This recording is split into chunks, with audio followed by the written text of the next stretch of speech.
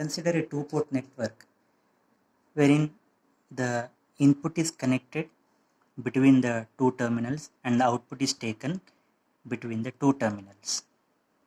If you place a transistor in a two-port network, the transistor consists of three terminals, emitter, base and the collector.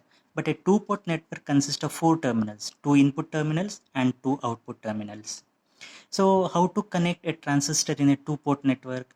It is not possible because it is having only three terminals. So to use the transistor in a two-port network, one of the terminals of the transistor should be made common. Depending on which terminal, emitter, base and collector, which terminal is common, there are three transistor configurations. One is common emitter configuration, wherein emitter is common for both input section and output section. Common base configuration, where base is common for both input section and the output section. Similarly, common collector configuration, where collector is common for both input section and the output section. Now I am discussing about a common emitter configuration, where emitter is common for input section and the output section. See, this is the input section which consists of VBB, RB, a micrometer to measure the input current, and a voltmeter which measures the input voltage, that is between the input terminals of a transistor, that is base and emitter terminal. So base emitter terminals of a transistor become the input terminal. See here, this is the transistor. If you use a common emitter configuration, the emitter is common for input section and output section. Now here in the input section, you apply VBB through a current limiting resistor, and the input current is the base current. This is the input current, that is nothing but the base current, and this is the input voltage across the transistor. This is nothing but VBE. Now what is the output current? Output loop consists of collector and emitter. Emitter is common for input section and output section, so we are not going to discuss about the emitter current. So exclusive output terminal is the collector. So collector current is the output current, and in a NPN transistor, the collector current flows, or the current flows from the collector to the emitter. So this is the collector current, that is the output current, and collector to emitter voltage is the output voltage. So this is the input loop which consists of base and emitter, and this is the output loop which consists of collector and the emitter section, along with the battery and a milliammeter to measure the collector current and to measure the collector to emitter voltage. VCE, that is the voltmeter, is used, and that voltage is called VCE. In the input loop, there is one voltage, that is the input voltage across the transistor terminal, that is called VBE, and input current, that is input current to the transistor, that is called IB. So the characteristics or the variation of IB and VBE can be plotted, and that is called input characteristics. So input characteristics of a common emitter configuration is a plot of input current, that is IB, which is in the order of microamperes, IB is very less, and VBE, that is the base emitter voltage, by keeping the output parameters constant. Now which output parameter we can maintain constant? We cannot maintain IC constant, because there is a relationship between IB and IC. IC is proportional to IB. So if we make IC constant, we cannot vary IB, or when we vary IB, IC will vary. So we cannot maintain it constant. We can maintain VCE constant. So the input characteristics of a CE configuration is nothing but the plot of the base current versus base emitter voltage by keeping VCE constant. Now, if you take the input circuit, what it consists of? You know, a transistor can be replaced by two diodes connected back to back. This is like this. This is emitter, this is the collector, and this is the base. Now, between base and emitter, there is a diode. So, if we replace this transistor by its diode equivalent, what we get is, we get this VBB, RB. I am not writing this IB. Next, it is connected to the base. Base is P type and emitter is of N type of a diode. Here this is the base current and here the voltage is taken. VBE, base and emitter. This is the base and this is the emitter. So this is VBE. You vary IB and note down VBE. What you get is you will get a diode characteristics itself. So the input characteristics is nothing but a diode characteristics. Now you increase VCE now. Say earlier it was, let us say VCE is 0. Now you increase VCE. So let us say I'll make VCE2 greater than VCE1. Now what happens is the curve will shift to the right. This is because when you increase VCE, VCE is nothing but this voltage. VCE. What is VCE? VCE is nothing but VCB plus VBE. VCB plus VBE.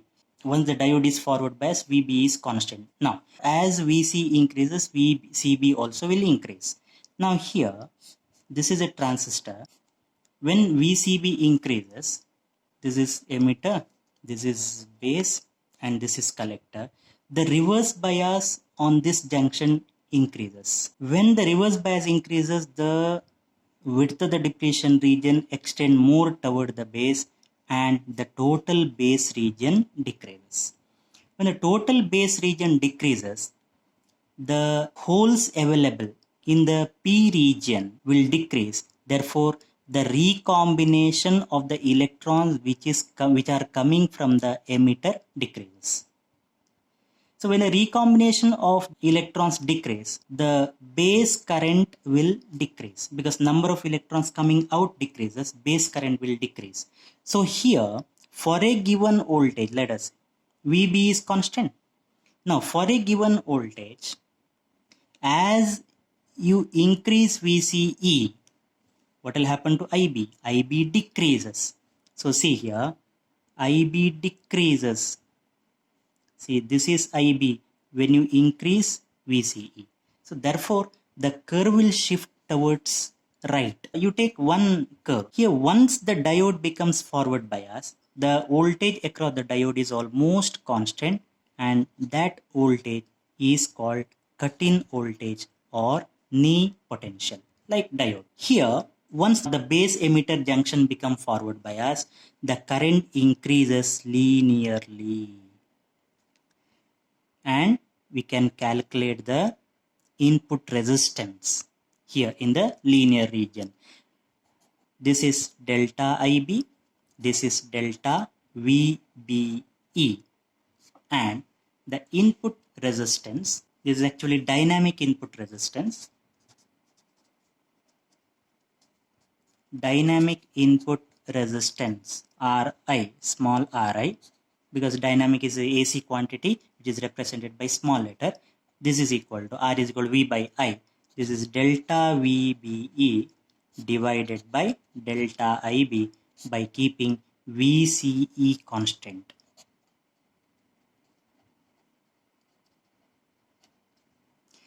This is the input characteristics of a transistor which is connected in common emitter configuration. Now the output characteristics. What is the output characteristics? It is the variation of output current and output voltage. Output current is IC and output voltage is VCE. So the output characteristics is a plot of IC versus VCE by keeping the input parameters constant. Input parameters are 2, IB and VBE. VBE is almost constant because once the diode become forward bias or base emitter junction become forward bias, VBE will be 0.7 volt for silicon. It is almost constant. So there is no meaning in maintaining VB constant. We can maintain IB constant. Let us say IB equal to 0 microamperes. What do you mean by IB 0 microamperes? No current flowing between or in this loop. This loop actually consists of a diode. So it is like this, as I discussed in the input characteristics. This is the base, this is the emitter. Now when IB is equal to 0, base emitter junction become reverse bias. When base emitter junction become reverse bias, this is the structure of a transistor. This is the emitter, this is the base, and this is the collector. Reverse bias means 0 volt is applied. This is a NPN transistor. Now 0 volt. Now no electrons will be diffused or repelled or emitted by the emitter because this voltage is 0. Here what is done is VCE is increased. What do you mean by VCE is increased?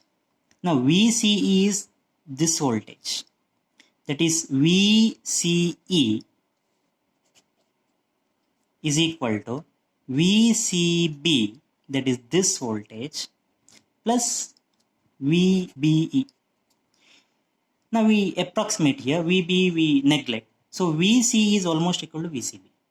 Now when you vary VCE or when you increase VCE, VCB also will increase. So reverse bias on this increases, and what you are doing is you are increasing the reverse bias on this diode.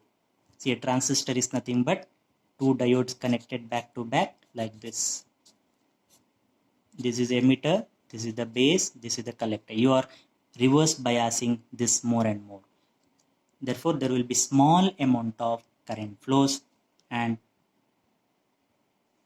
this is that current. This current is called reverse saturation current, and this current is due to only minority charge carriers.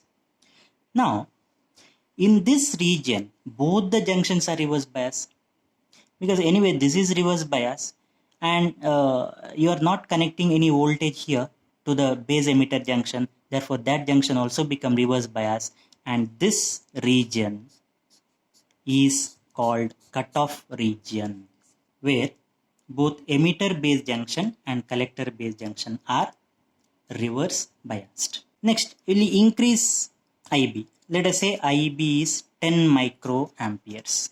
Example. Now, how to make it 10 microamperes? You are increasing VBB such that 10 microampere flows through this. See here, same thing. You are increasing this so that 10 microampere of current is flowing through this.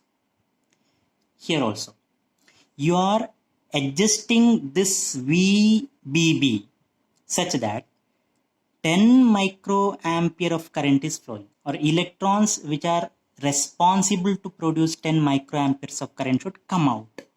So let us say 10 electrons. Now to get these 10 electrons, let us say 100 electrons are emitted.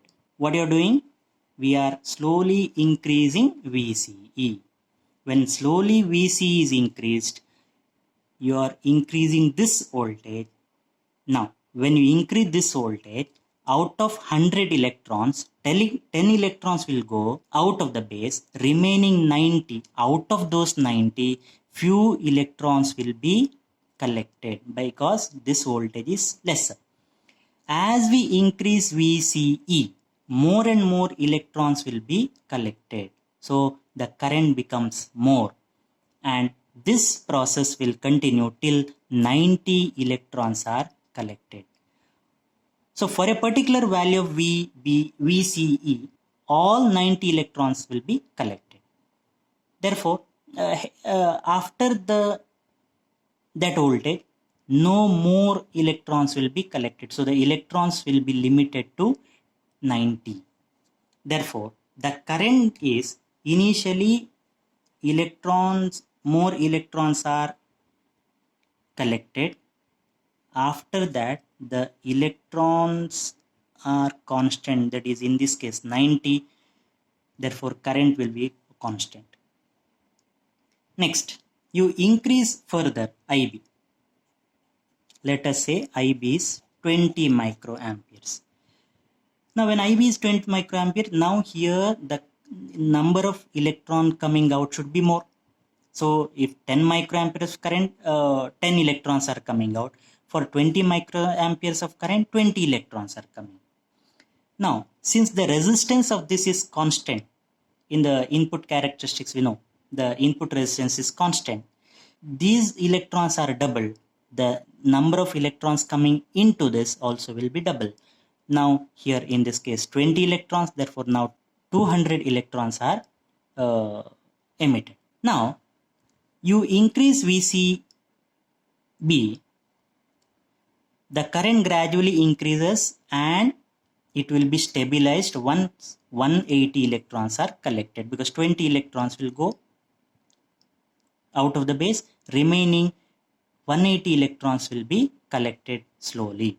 So the characteristics will become now this, and it will increase further. Let us say IB is equal to 30 microamperes. Let us say this.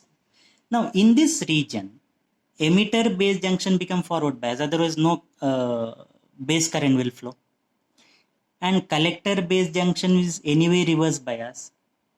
Here in this region, emitter base junction is forward biased and collector base junction is reverse biased, and the transistor is said to be in the active region. Now you increase IB. See, when you increase IB, what happens is IC also will increase. When IC increases, collector emitter resistance decreases because the collector current increases. As the base current increases, collector current also will increase. Therefore, the resistance between collector and emitter also decrease. And gradually, as you increase IB, resistance between collector and emitter decreases, and you increase IB such that this resistance becomes zero. That means the potential here and potential here will be same. The potential here is zero. The potential here also there should be therefore zero. So here the potential is 0 volt and here the potential is 0.7 volt, because this emitter base junction become forward bias because IB is flowing. Now what happens to the collector base junction? This is a NPN transistor. N is given 0 volt, P is given a 0.7 volt. Now this junction become forward bias. Collector base junction becomes forward bias. Emitter base junction anyway become forward bias. And emitter base junction and collector base junction both are forward bias, and transistor will be said to be in the saturation region, wherein VCE will be almost equal to 0 theoretically, but there will be small amount of collector emitter voltage. So that is this region. And this is called saturation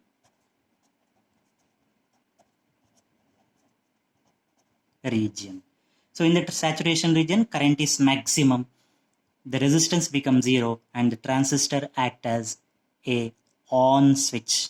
In the cutoff region, transistor act as an off switch because current is almost 0. In the active region, as IB increases, IC also will increase. That is, the resistance of the collector emitter junction gradually decreases, and in the saturation region, the transistor act as a on switch. From the output characteristics, we can calculate two parameters of a transistor.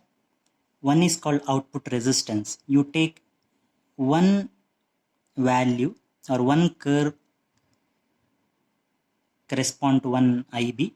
You take the slope here in the active region, not in the saturation region, in the active region. This is delta IC, this is delta VCE, and you can calculate the output resistance, which is equal to delta VCE divided by delta IC by keeping IB constant. Delta VC divided by delta IC by keeping IB constant. This is the output resistance. One more parameter, important parameter we can calculate, that is called common emitter current gain. Common emitter current gain.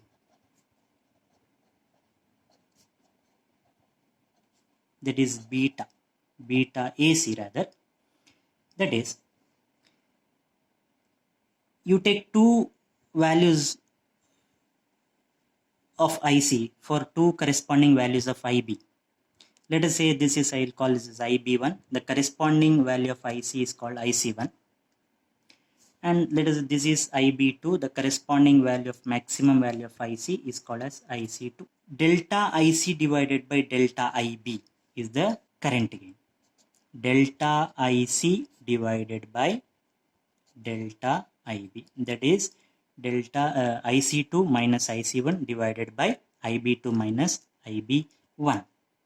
Now this will tell you about how much current amplification will be there in a common emitter configuration. That is, now it is beta AC, you know, this is equal to delta IC divided by delta IB, or beta is equal to, or beta in short equal to IC divided by IB, or IC equal to beta times IB.